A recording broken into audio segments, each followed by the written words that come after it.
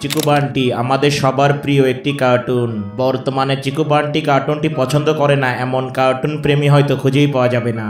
আমরা যারা কার্টুন ভালোবাসি তারা মোটামুটি সবাই এখন চিকু বান্টি কার্টুনটি দেখি। বন্ধুরা, আমরা যারা চিকু বান্টি কার্টুনটি দেখি তাদের মধ্যে হয়তো অনেকেই জানে না বাস্তবে বান্টি মারা গিয়েছে।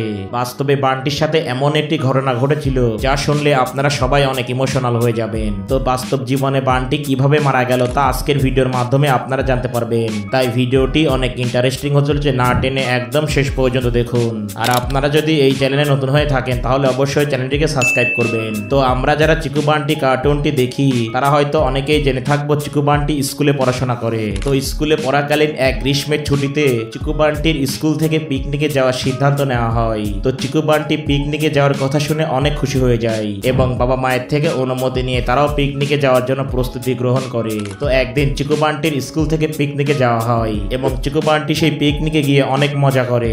এরপরে চিকু বান্টি এবং তার বন্ধুরা পিকনিক শেষ করে একটি বাসে করে বাড়ি ফিরছিল।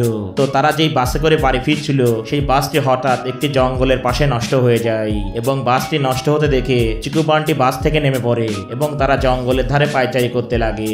এরপর বান্টি এক পর্যায়ে জঙ্গলের ভিতরে ঢুকে পড়ে এবং কোনো কিছু না ভেবে সে জঙ্গলের একদম গহীনে চলে যায়। তো এরপরে জঙ্গলের অনেক ভেতরে ঢুকে বান্টি হারিয়ে যায় এবং সে কোনো কিছুতেই আর বেরোনোর রাস্তা খুঁজে পাচ্ছিল না। আর ঠিক ওই সময়টায় বান্টি একটি হিংস্র প্রাণীর আঘাতে শিকার হয় এবং সেই হিংস্র প্রাণীর আঘাতেই বান্টি মারা যায়। আর মূলত মর্মান্তিক এই দুর্ঘটনার কারণেই বান্টি মারা যায়। তো বন্ধুরা, বান্টি কিভাবে মারা গিয়েছিল তা জানতে পেরে আপনাদের অনুভূতি কি সেটা অবশ্যই কমেন্টে জানান। আর এমনই ভিডিও পেতে অবশ্যই আমাদের চ্যানেলটিকে সাবস্ক্রাইব করবেন।